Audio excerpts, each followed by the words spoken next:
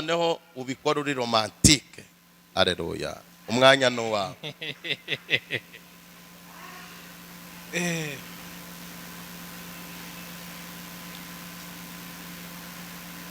Nzagukuye. Tayari arakomeje. Uyu ni umwanya we. Wisanzure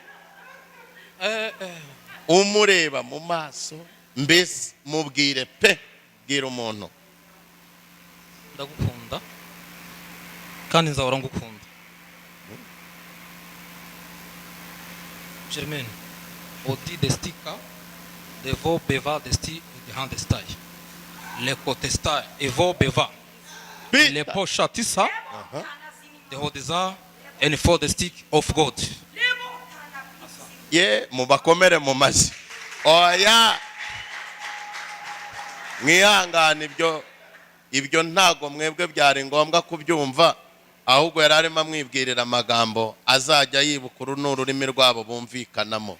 Hanyuma rero Pastor Germaine nguhaye umwanya, mwitegereza, urebe urutoki rwe, umurebe mu maso, umwambike iyo mpeta, umubwira amagambo azajya yibuka, mbese umunezeza. Bwira umuntu, mubwire, mwitegereza umubwire. Ganza ndagukunda. Wandutiye benshi. Wankuyeho igisuzuguriro. Wakoze iby'abandi bananiwe. Mubwire. Wakoze iby'abandi bagiye bambeshya ntibabigeraho. Bwira umuntu. Wabaye intwari. Mubwire. Uzahora uri intwari.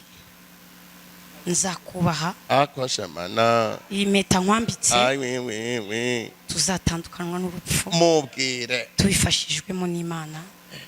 Amen. Mubakomere mu masi. Hobera umuntu, hobera umuntu, hobera umuntu. Aha rero natwe turategereza, nibarekurana turakomeza. Buri hari ibyo ari kumubwira. Mubwire rwose. Imana ishimwe aramurekuye. Kankomeze noneho nanjye ubwamurekuye. Imana ishimwe. Twakongera tukabakomera mu mashi.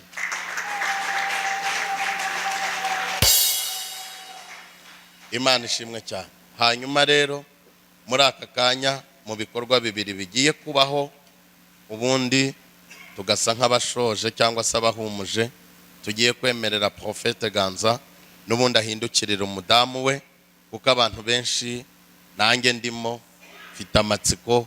Aba bana banjye nabaherukaga ari abakobwa ari n'abasore, ariko ubu ni mpagararanye n'umugabo ndetse n'umudamu. Reka rero nemerere Prophète Ganza ubikore mu buhanga, ubikora n'ubwenge, ubikora n'urukundo, utwikurura uyu mudamu, wereka abantu umukobwa ujyanye kandi unezerewe muri byose. Ni nayo mpamvu tuguhaye aka kanya. Wabikora mu munota umwe, wabikora mu minota 10, mutwikurure, hanyuma ugira abantu mwereka. Sina ngombwa ngo mubereka akanya kanini, twikurura umuntu. Haleluya. Hanyuma nimushaka museke, itangazo ryavugaga ngo ntawemerewe kurakarira hano. Yikije umutima bwa mbere.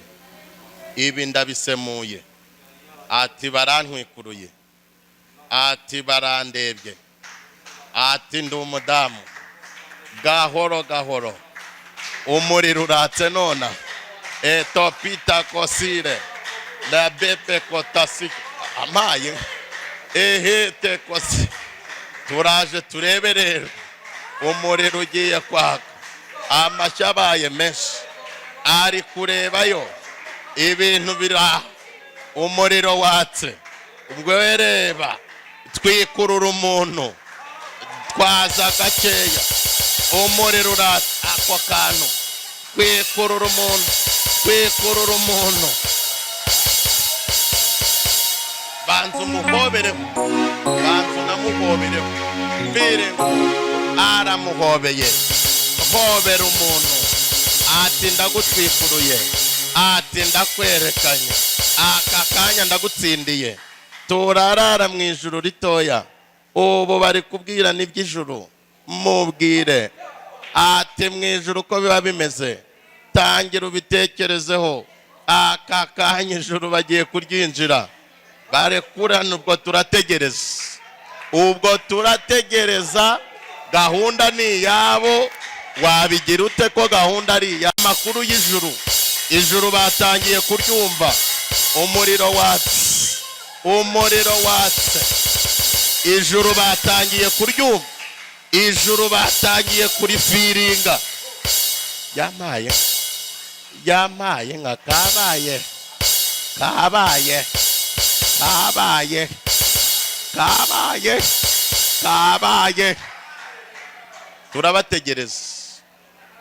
turabategereza rwose. wabigira ute? karabaye noneho. aya ni amakuru y'ijuru, mwihangane. reka mubwire ibigiye kuba. ubu nanjye ndategereje ngo ndebe. mana we, ampucuri akose mana. karabaye. ibigiye ubu nabisemura rero.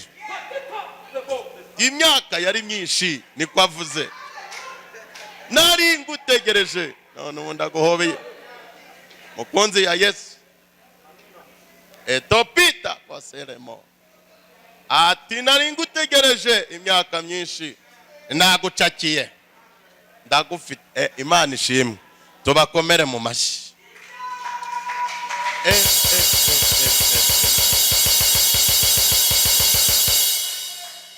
ye baba we, ngaho nimufatane mu biganza.